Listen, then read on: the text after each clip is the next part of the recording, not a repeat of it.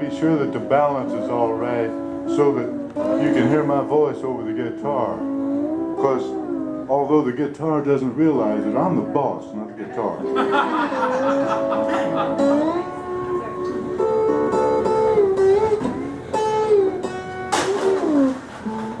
First of all, I want to thank Dwayne and Marilyn and Zippy for letting me come up here and express myself. And I want to thank all my friends for being here, and a lot of friends in the audience. I didn't know y'all were coming. Thanks. And I want to thank everybody. I thank Grandfather Sun for shining through the clouds a little bit today, you know. And he's still up there, you know, he's shining down somewhere all the time. And Grandmother Moon, you know, she's been watching down on us for millions of years. And seeing some things that we wouldn't want to see. She still ain't giving up on us. She'll be back tonight.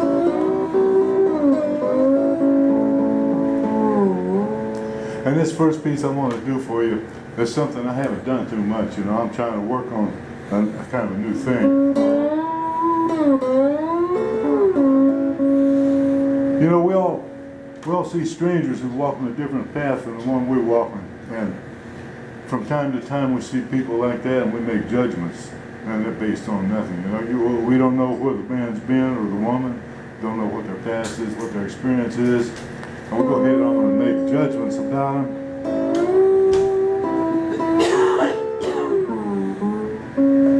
We ought to do that. You know that. I do it and you do it. We ought to do it. Anyhow, I used to live in Seattle.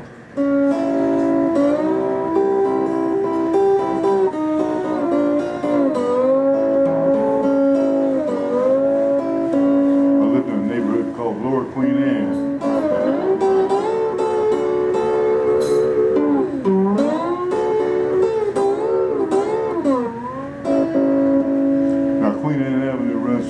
Queen Anne. It runs up a long, steep hill up into Queen Anne. Lower Queen Anne was that kind of neighborhood. I used to get up on Sunday morning and go down Queen Anne Avenue to the coffee house. I sit up in there and drink coffee and read the funny paper and watch those people. Lord in heaven, I'll watch those people, you know. And that's what I saw one Sunday morning. So this fella sits right down, right now, at one of the outside tables. He's smoking a cigarette and drinking a cup of coffee. It's a paper cup of coffee from another stand on down the street.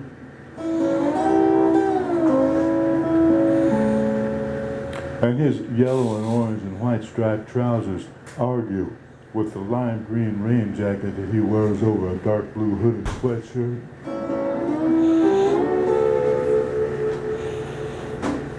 Cheap running shoes and whiskers make up the rest of his outfit. He may be well into his 50s.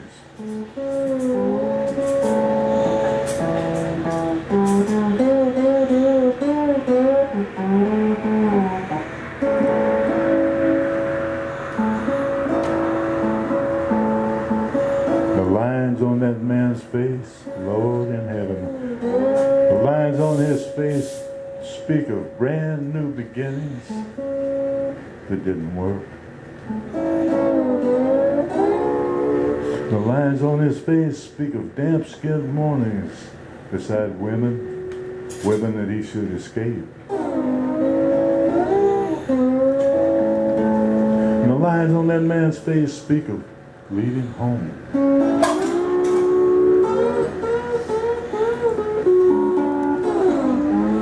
I'm not talking about leaving that little old cheap sleeping room where he's probably staying. I'm talking about leaving home, leaving the very idea, the very concept of home, leaving it behind.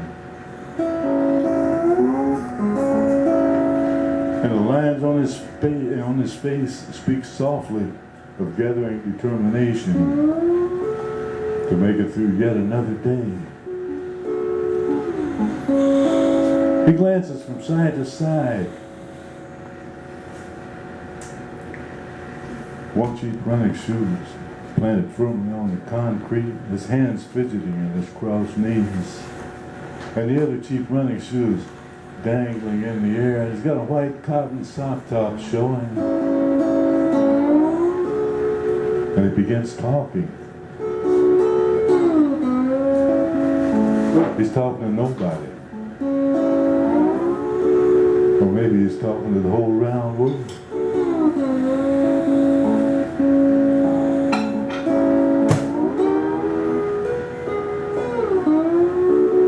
And all the lunches his mother may have packed for him. And all the fine meals the man sat down to with friends or family. And all the lovers he knew, and the scenes he saw. The ideas were in his head, and the dogs of his childhood.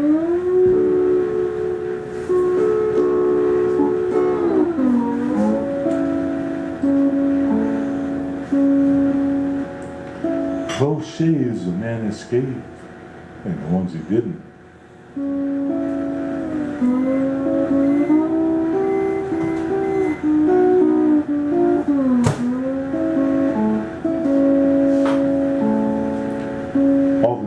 In school, the new toys, the days he skipped school, the buddies he skipped with,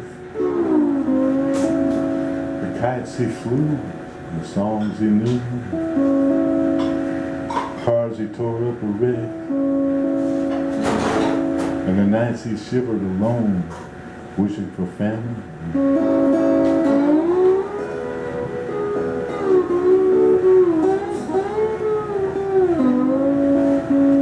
Stuffed inside the hood of that old blue sweatshirt, walking up that long steep hill to whatever the day was gonna offer.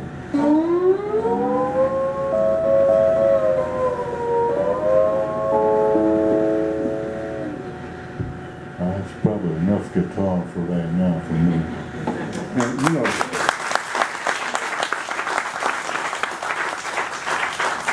it's not up. How many times would you bring your... Now, Paul Hunter put this guitar together from a $60 guitar that I bought and ruined. And most of my friends didn't know Paul. And he wouldn't let me pay him for it, so I still owe him for it. But he took it all apart and fixed it so it would work. And put it away.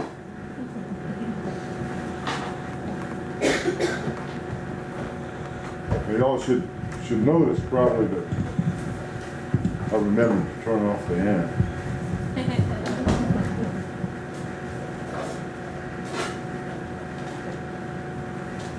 And, you know, I'm an old man, and I haven't got all my stuff off the page yet. I've been working on it a long time, but I haven't done it yet. And so, I'm going to have to read this to you. It's just a shame in the round world and an embarrassment, but I'm going to have to do it anyhow.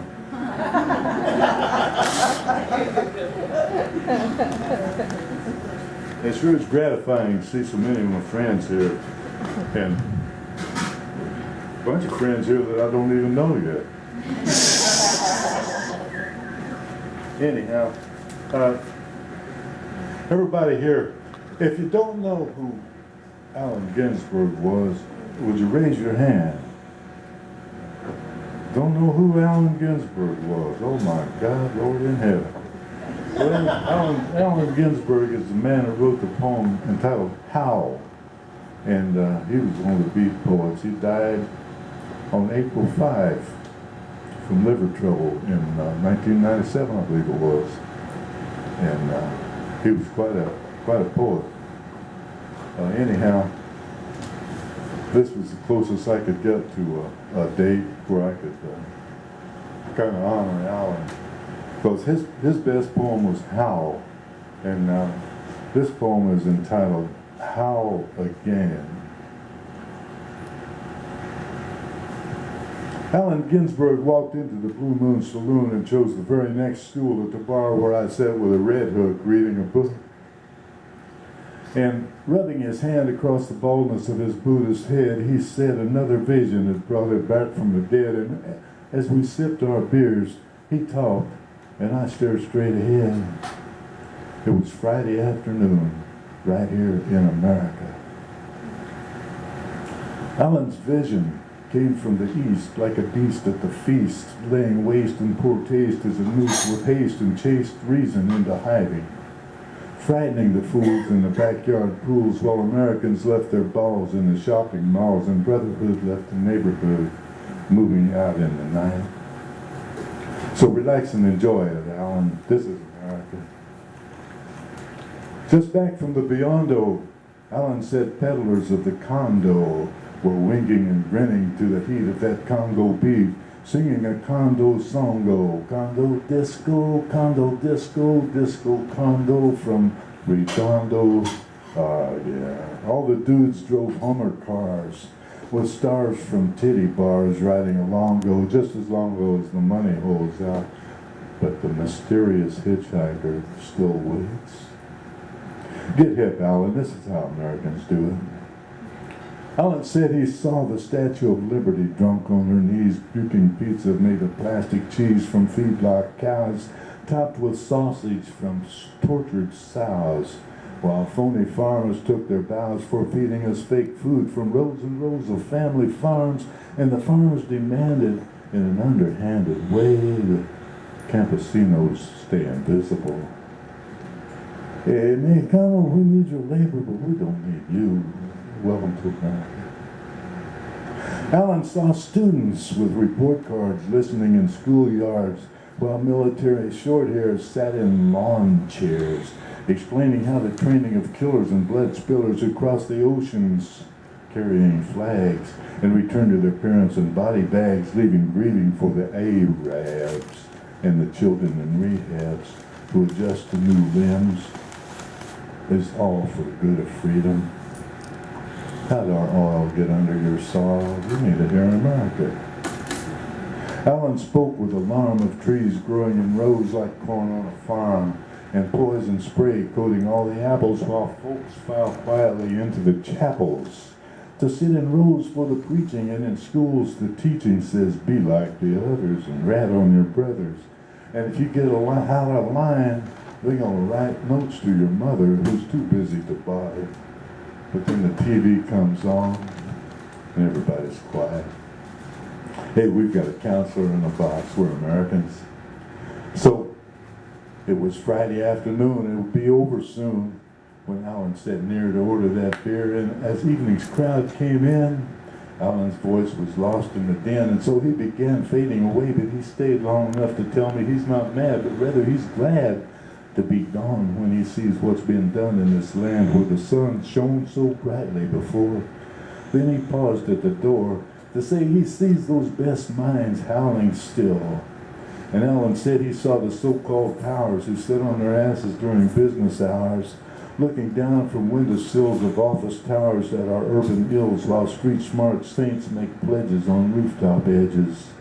Workmen with worn-out tools looking toward another world where light shines, love rules, standing at the edge and sometimes leaping, only to fall weeping onto the hard scrabble among the rabble where the voice of eternity shouts back forever. What other world? What other world? What other world?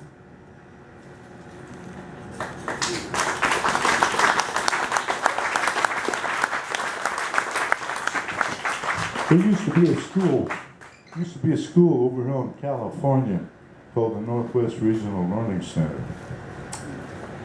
I taught there for 5 years. We were teaching kids that were coming out of juvie, and they got kicked out of the high school and kicked out of alternative school and on parole and probation and living under bridges, and they didn't have any place to go. And so we had this school. And then the state found out they could get more money if they made it a special ed school. Nothing against special ed, we got to have it. But all the staff quit then because we weren't special ed teachers. At that point, I was not the one that didn't quit. At that point, I went up to Two Little Breads, had an interview. I walked into my interview, and it was like coming home after not having a home for a long time. Everybody looked like me.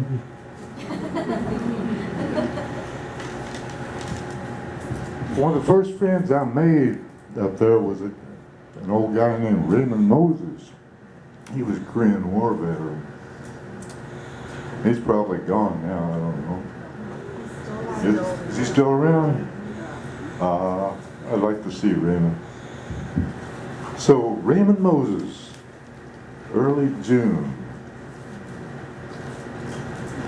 So a truck comes this morning to haul away 2 abandoned cars from the big open space overlooking Tulare Bay, the big open space where Indians set up fireworks stands every year and sell to townspeople for celebrating the 4th of July.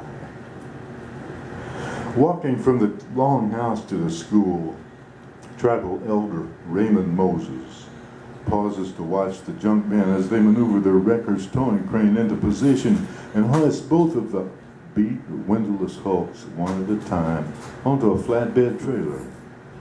Raymond owns a little bit of July 4, having been decorated for bravery in Korea, fighting for that same army that killed so many Indians. Ironic in it, he grinned. But just like in World War II, the other side would have done us even worse. Hitching at his Levi's and tugging the bill of his Korea veteran cap, the old brave spits through stained teeth onto the gravel and strides slowly across the road onto the parking area shared by the tribal court, tribal assistants, the tribe's alternative school for alternative kids, and a few dogs. Inside the school office, Raymond Moses glances out to see the truck and trailer heading to town with the 2 wrecks. And those old eyes that watch the tribe's children daily in school, those old eyes take on a familiar expression. A horizon gaze, brows compressing, almost squinting, as when a voter sees the same old politics, the outrage.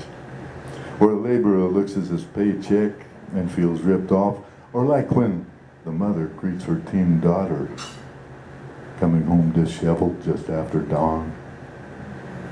Some kids call Raymond a Tamils storyteller or teacher in Lashutsi. That's the pre-invasion language. And he watches them grow through childhood when he's not busy taking care of the tribal longhouse, where one day those who stay will dance the rites of passage.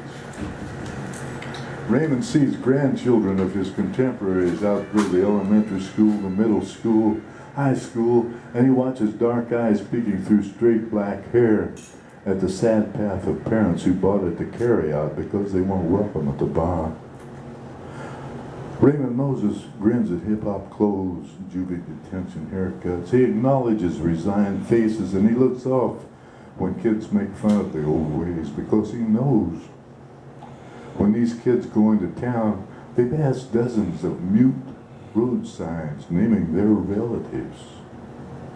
At every curve, every crossroads on the road to town, Old Toledo Road, signs stand black and white and silent alongside that old road. Don't drink and drive, in memory of Jones Hatch Young. Don't drink and drive, in memory of Williams Cleveland Zacus. Don't drink and drive, in memory of Dad, Mom, Uncle, Auntie. Long before legal age, they drank on the way to town. Raymond Moses knows the signs along Tulare Road, that road to town, built decades and decades ago by braves caught speaking their language. Braves on a chain gang along Tulare Road, where nowadays signs name Indians who drank their way along that road, eased their pain, isn't it? Painful now, how the land was taken. The land was taken, the language was taken, the old names were taken, the old ways were taken. And folks hung on to poverty. They hung on to poverty because it was all they had left beside the pain of being unwelcome along streets built along their ancestors' 10,000-year homeland. Raymond's old eyes